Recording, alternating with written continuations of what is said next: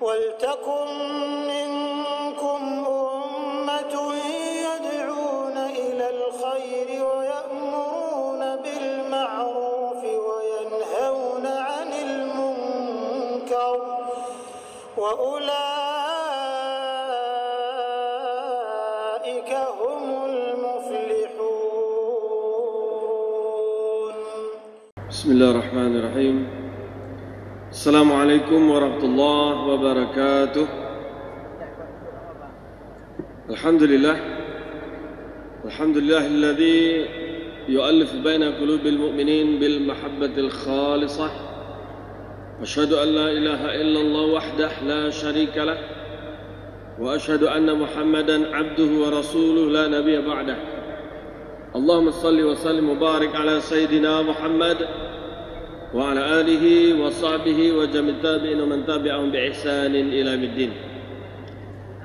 Bapak Ibu jamaah Masjidil Mujahidin yang dirahmati Allah, alhamdulillah, puji syukur mari bersama kita haturkan kehadiran Allah SWT karena atas nikmat taufik hidayah dari Allah jualah sehingga kita bisa berhimpun dalam majelis ini, dan kita berharap semoga majelis kita diridhai oleh Allah SWT dan kita pun masuk dalam golongan orang-orang yang sedikit yang disebut oleh Allah SWT dalam Al-Quran, yaitu wa qalilun min ibadiyas syakur, sedikit sekali hambaku yang mau bersyukur.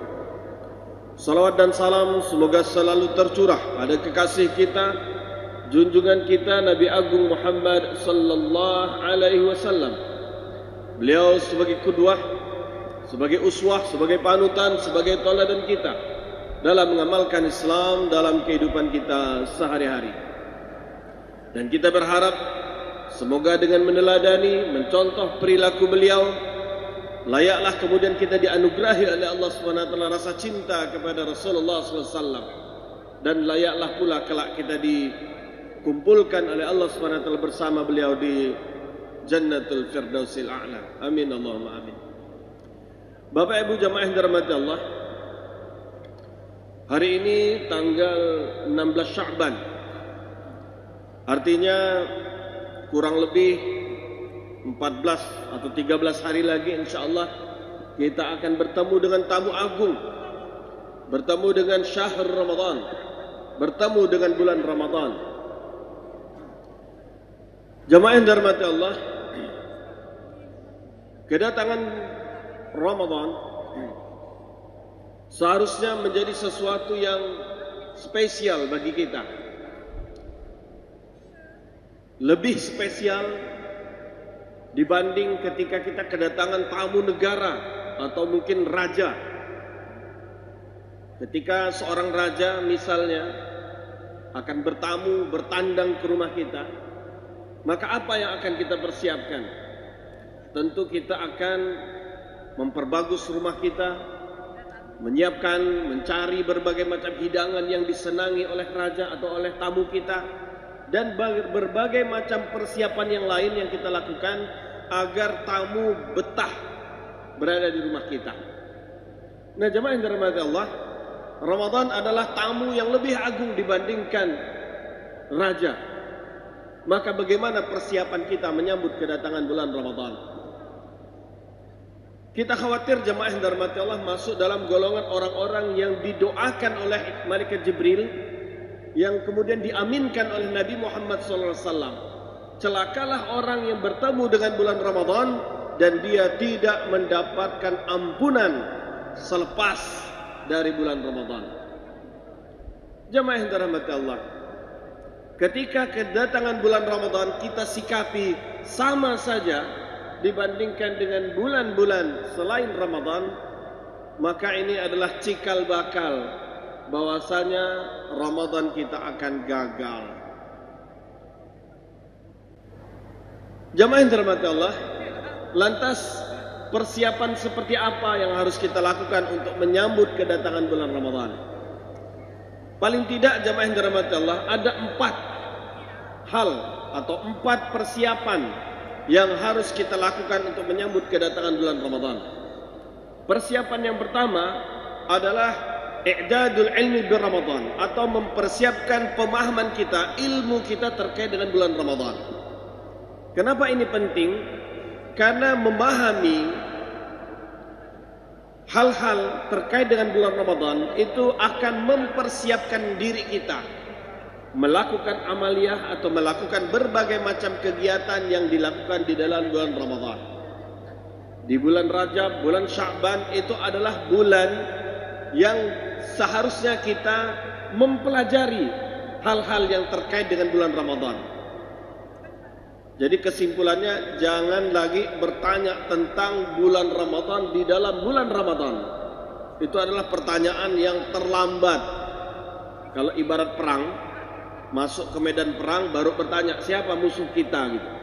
Itu pertanyaan yang terlambat. Pernah suatu ketika saya membaca dalam sebuah koran harian itu, di pojoknya itu ada tanya jawab seputar Ramadan. Pertanyaannya adalah, Ustadz, apa hukumnya mandi basah di bulan Ramadan pada siang hari?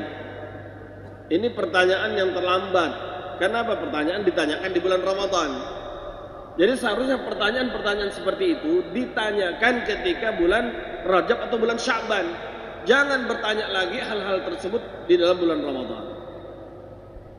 Kenapa kita harus mempelajari, memahami terkait dengan Ramadan sebelum bulan Ramadan?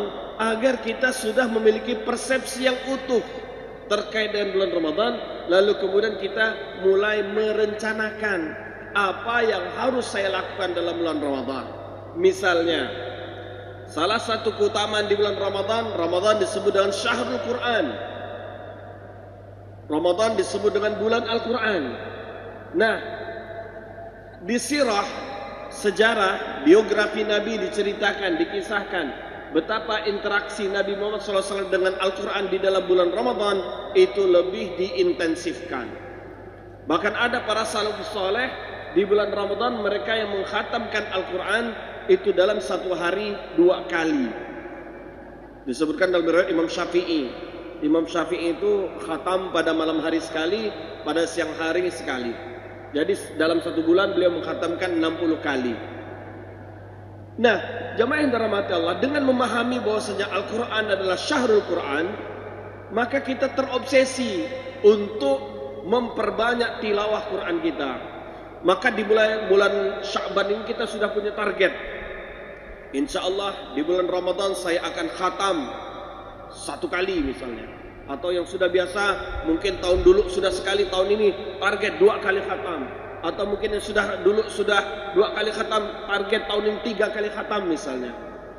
Kenapa itu bisa dilakukan? Karena kita sudah paham, kita sudah mulai merencanakan dari bulan Sya'ban.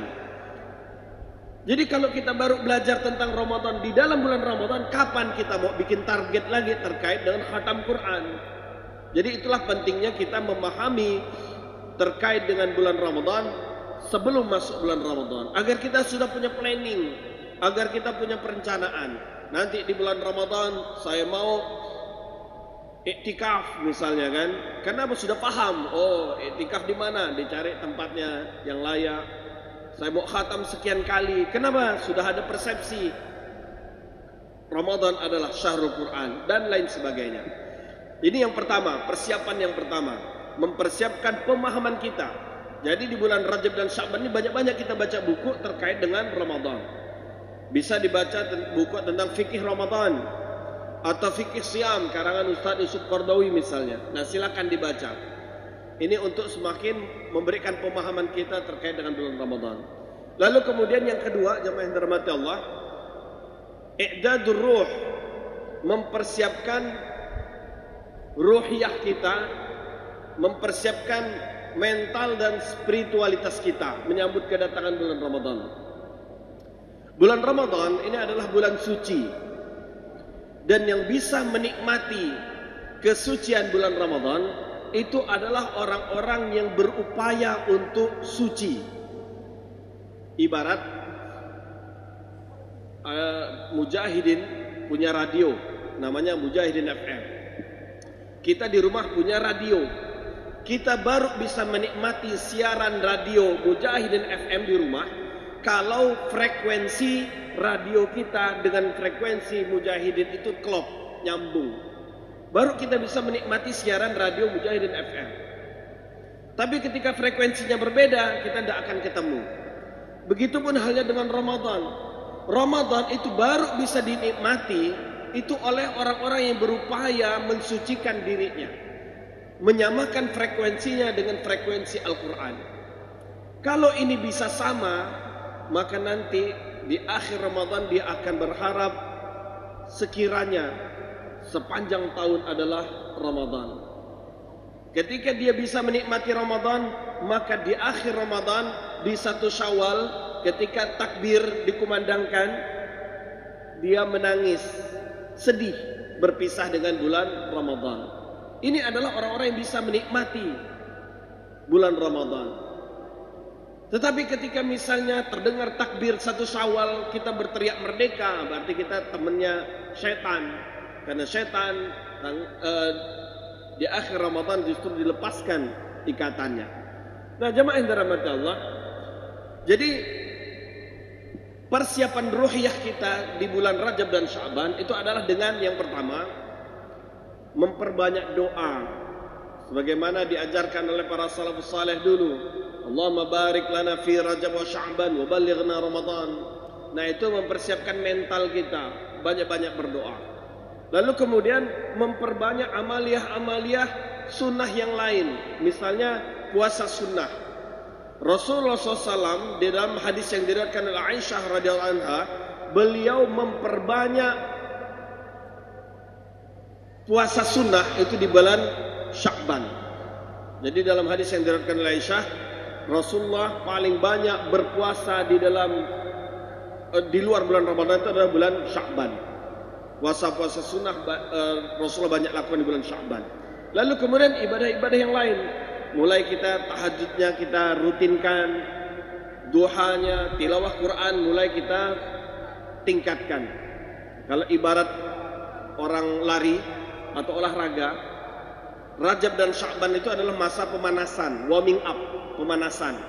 Jadi ketika masuk Ramadan itu sudah langsung bisa optimal, tidak perlu pemanasan lagi, sudah langsung maksimal ibadahnya. Lalu kemudian jemaah yang dirahmati Allah, yang ketiga, persiapan yang ketiga adalah i'dadul jasad, mempersiapkan fisik kita. Jadi bagi yang sering sakit-sakitan, nah di bulan Rajab dan Sya'ban itu adalah masa, ya kalau bisa konsultasi ke dokter gitu ya, berobat gitu ya, mengetahui penyakitnya apa, supaya ketika masuk bulan Ramadan dalam kondisi yang fit, vitalitasnya bagus. Lalu kemudian jamaah yang dirahmati Allah, terkait dengan persiapan fisik ini juga, fisik ini disebut juga mempersiapkan kondisi rumah kita.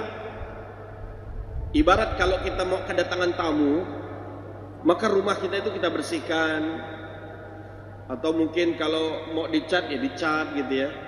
Nah, itu dilakukan di dalam bulan Rajab dan Sya'ban. Jangan dilakukan justru di 10 hari terakhir di bulan Ramadan.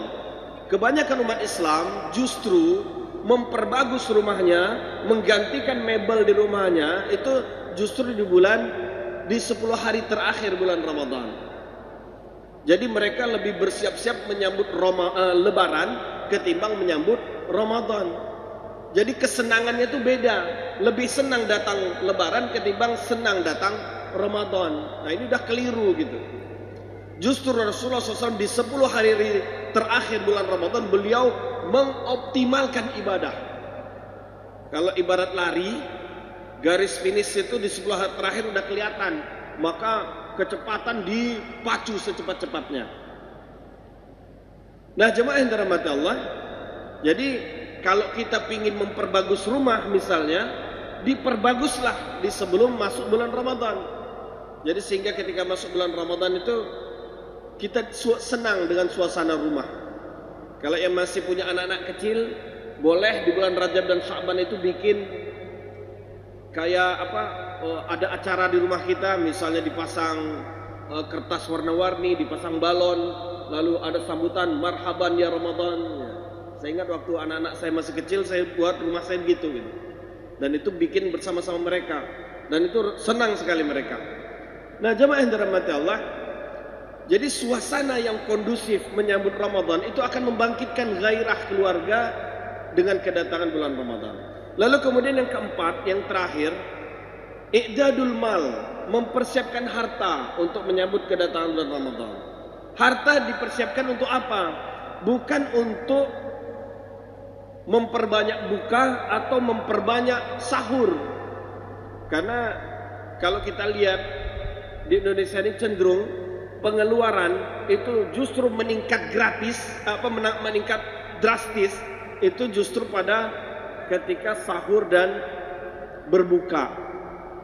Jadi ketika berbuka makanan banyak di meja, lalu kemudian setelah itu tidak mampu perut makannya, lalu akhirnya basi, besoknya dibuang. Begitu juga sahur, berbagai macam makanan dimasak, yang dimakan sedikit, besoknya basi, tidak dimakan, dibuang. Dan ini adalah perbuatan innal mubadzirina kanu ikhwana syayatin. Sesungguhnya perbuatan mubadzir itu temannya syaitan, saudaranya syaitan. Nah, jadi mempersiapkan harta di bulan Rajab dan Sya'ban tujuannya adalah ketika memasuki bulan Ramadan kita bisa banyak bersedekah. Itu tujuannya. Kenapa? Karena nilai bersedekah di dalam bulan Ramadan dengan di luar bulan Ramadan itu berbeda. Dan Rasulullah SAW disebutkan dalam hadis, beliau itu orangnya dermawan. Tapi di dalam bulan Ramadan kedermawanan beliau seperti hembusan angin. Jadi lebih luar biasa lagi. Dan seutama-utama sedekah di dalam bulan Ramadan itu adalah memberi orang berbuka puasa. Nah, inilah jamaah yang dirahmati Allah yang bisa kami sampaikan. Mudah-mudahan apa yang disampaikan ini memberikan pemahaman kepada kita semua sehingga kemudian kita mempersiapkan diri kita menyambut bulan Ramadan, dan sehingga ketika kita ketemu dengan bulan Ramadan kita senang, lalu kemudian keluar dari bulan Ramadan kita termasuk dalam golongan orang-orang al-muttaqun, orang-orang yang semakin bertambah nilai ketakwanya di sisi Allah Subhanahu wa taala. Dan mohon maaf jika ada kesalahan.